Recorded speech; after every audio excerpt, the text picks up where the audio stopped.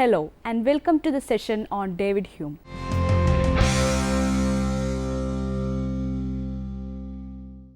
David Hume was a Scottish philosopher, economist and historian of the Age of Enlightenment. He was an important figure in the Scottish Enlightenment and along with John Locke and Bishop George Berkeley, one of the three main figureheads of the influential British empiricism movement. He was a fierce opponent of the rationalism of Descartes, Leibniz and Spinoza, as well as an atheist and a skeptic. He has come to be considered as one of the most important British philosophers of all time, and he was a huge influence on later philosophers from Immanuel Kant and Arthur Schopenhauer to the logical positivist and analytic philosophers of the 20th century, as well as on intellectuals in other fields like Albert Einstein. Even today, Hume's philosophical work remains refreshingly modern, challenging and provocative. In later life, however, he largely turned away from philosophy in favor of economics and his other great love, history, and it was only then that he achieved recognition in his own lifetime. Life. Hume was born on 26 April 1711 in a tenement on the Lawn Market in Edinburgh, Scotland. His father was Joseph Home and the aristocrat Catherine Lady Falconer. He changed his name to Hume in 1734 because the English had difficulty pronouncing Home in the Scottish manner. He was well read even as a child and had a good grounding in Greek and Latin. He attended the University of Edinburgh at the unusually early age of 12, although he had little respect for the professors there and soon threw over a prospective career in law in favor of philosophy and general learning. In order to earn a living, he took a position in a merchant's office in Bristol before moving to Angers, France in 1734. It was there that he used up his savings to support himself while he wrote his masterwork, A Treatise of Human Nature, which he completed in 1737. After the publication of his Essays Moral and Political in 1744, Hume was refused a post at the University of Edinburgh after local ministers petitioned the town council not to appoint Hume due to his atheism. For about a year, he tutored the unstable Marquess of Annandale and became involved with the Canongate Theatre in Edinburgh, where he associated with some of the Scottish Enlightenment luminaries of the time. From 1746, Hume served for 3 years as secretary to a distant relative, Lieutenant General St. Clair, including as an aide-de-camp on diplomatic missions in Austria and northern Italy, and even at one point as a staff officer on an ill-fated military expedition as part of the War of the Austrian Succession.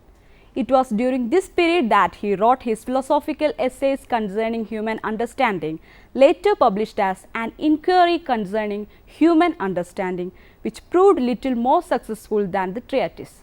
He was charged with heresy and was again deliberately overlooked for the chair of philosophy at the University of Glasgow. In 1752, the Faculty of Advocates employed him as their librarian, for which he received little or no emolument, but which gave him access to a large library and which enabled him to continue historical research for his History of Great Britain. This enormous work, begun in 1745 and not completed until 1760, ran to over 1 million words and traced events from the Saxon kingdoms to the Glorious Revolution. It was a bestseller in its day and became the standard work on English history for many years. Thus, it was as a historian that Hume finally achieved literary fame. From 1763 to 1765, Hume was secretary to Lord Hertford in Paris, where he was admired by Voltaire and was friends with Jean-Jacques Rousseau. For a year from 1767, he held the appointment of Under Secretary of State for the Northern Department in London before retiring back to Edinburgh in 1768.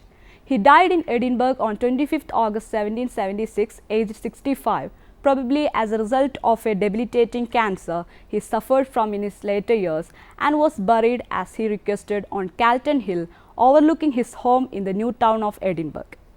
He remained to the end positive and humane, well loved by all who knew him, and he retained great equanimity in the face of his suffering and death. Module 3: Work and Philosophy. Most of Hume's philosophical work dates from his earlier years, in particular stemming from a mysterious intellectual revelation he appears to have experienced at the age of just 18. He spent most of the next 10 years frantically trying to capture these thoughts on paper, resulting in a treatise of human nature.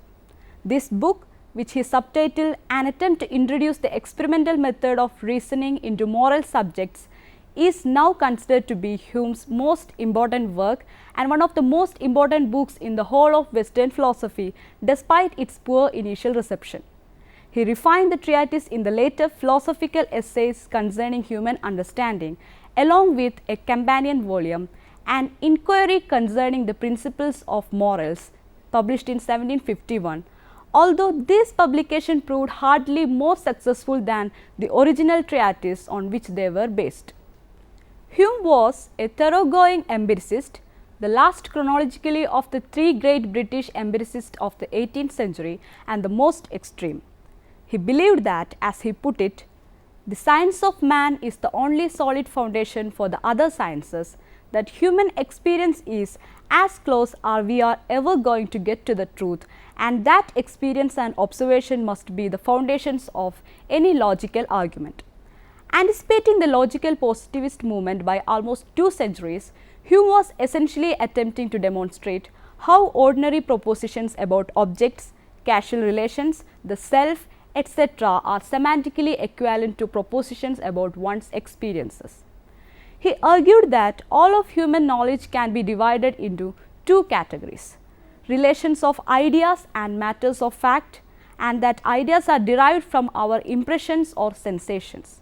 In the face of this, he argued in sharp contradiction to the French rationalist that even the most basic beliefs about the natural world or even the existence of the self cannot be conclusively established by reason, but we accept them anyway because of their basis in instinct and custom, a hardline empiricist attitude verging on complete skepticism.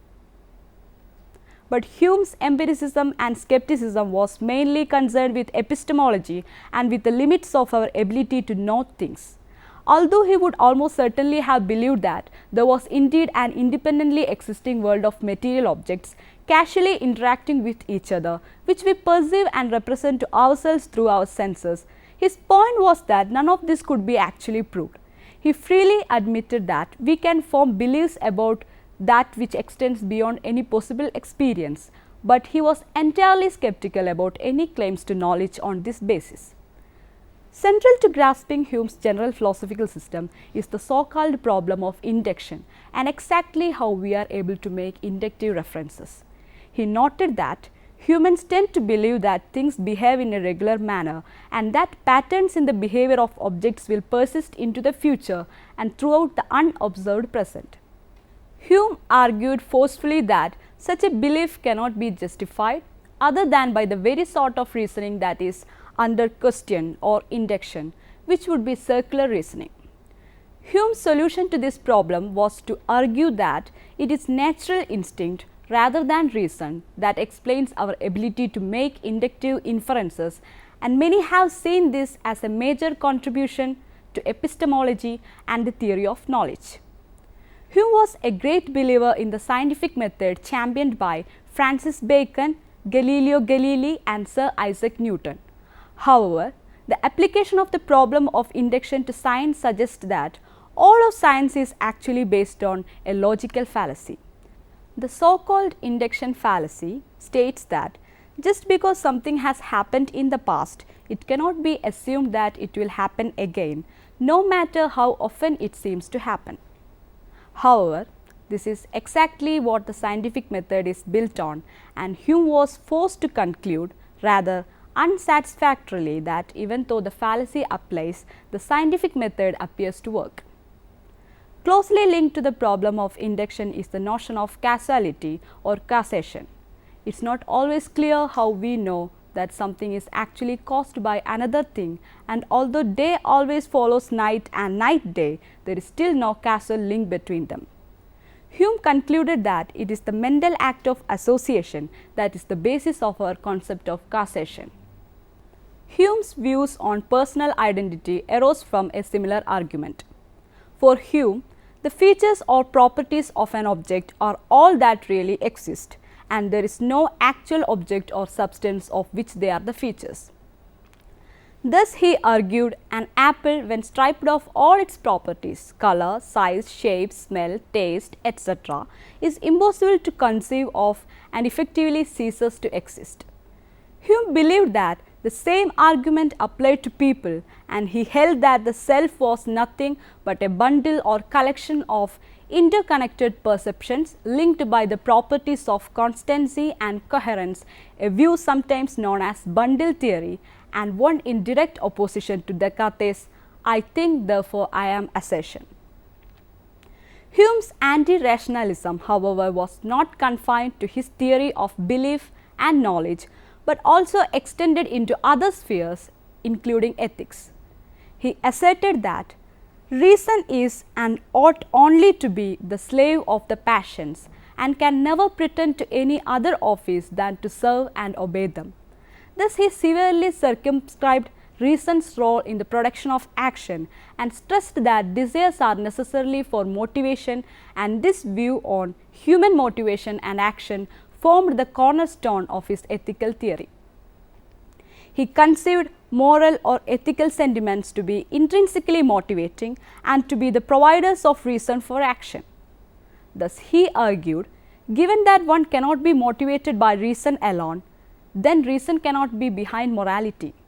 His theory of ethics, sometimes described as sentimentalism, has helped to inspire various forms of non-cognitivist and moral nihilist ethical theories, including emotivism, ethical expressivism, quasi-realism, error theory, etc.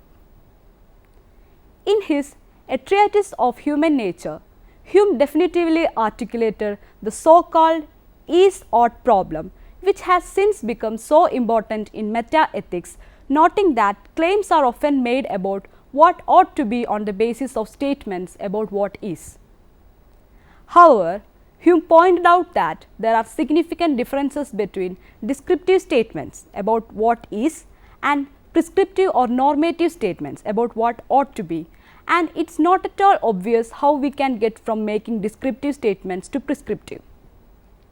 In line with his ingrained skepticism, he advised extreme caution against making such inferences, and this complete severing of is from ought is sometimes referred to as Hume's guillotine. As an empiricist, Hume was always concerned with going back to experience and observation, and this led him to touch on some difficult ideas in what would later become known as the philosophy of language. For instance, he was convinced that for a word to mean anything at all, it had to relate to a specific idea, and for an idea to have real content, it had to be derived from real experience. If no such underlying experience can be found, therefore, the word effectively has no meaning. In fact, he drew a distinction between thinking and just everyday talking. This reasoning also led him to develop what has become known as Hume's fork.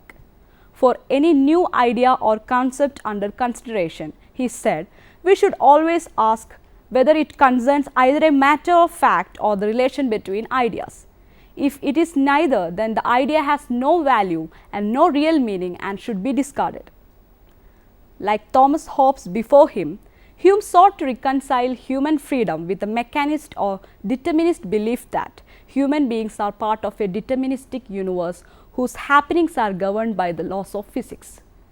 Hume's reconciliation of freedom and determinism involves a more precise definition of liberty, that is, a power of acting or not acting according to the determinations of the will, and necessity, that is, the uniformity observable in the operations of nature, where similar objects are constantly conjoined together. And the argued conclusion that not only are the two compatible, but that liberty actually requires necessity. Furthermore, he argued that in order to be held morally responsible, it is required that our behavior be caused or necessitated.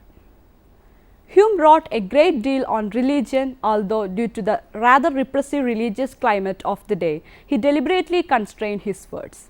He never openly declared himself to be an atheist and did not acknowledge his authorship of many of his works in this area until close to his death.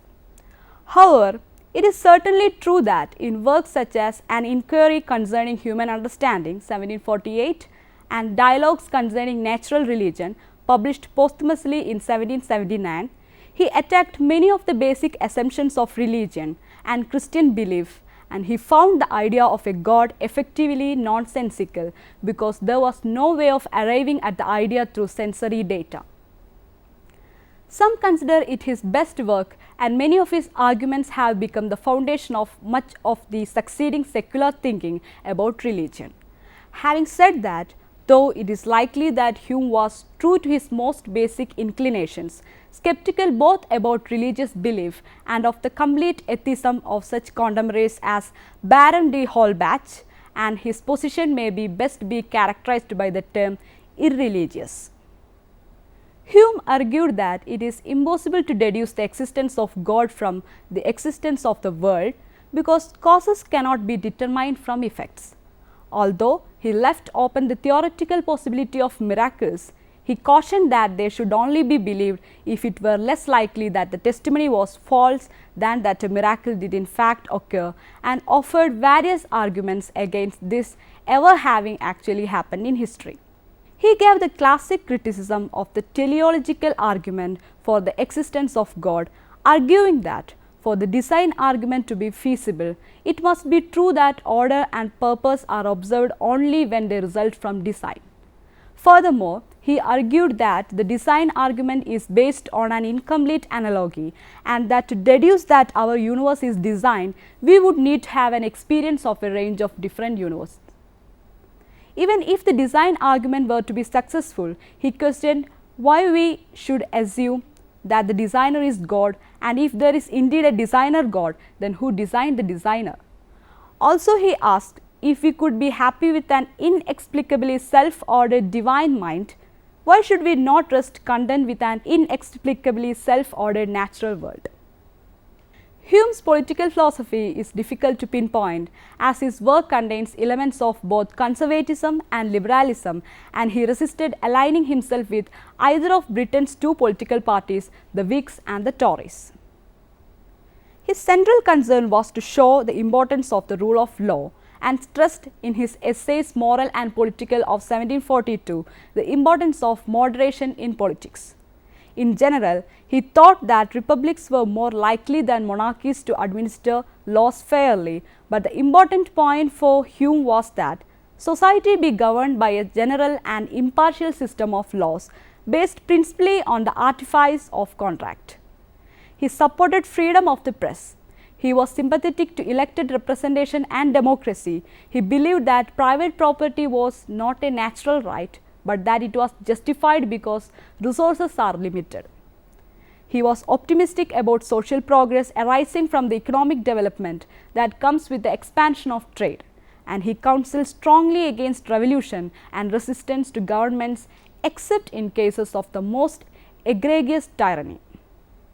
Although best known today as a philosopher, Hume also developed many of the ideas that are still prevalent in the field of economics, and Adam Smith, among others, acknowledged Hume's influence on his own economics and political philosophy. Hume believed in the need for an unequal distribution of property on the grounds that perfect equality would be destroy the ideas of thrift and industry, and thus ultimately lead to impoverishment.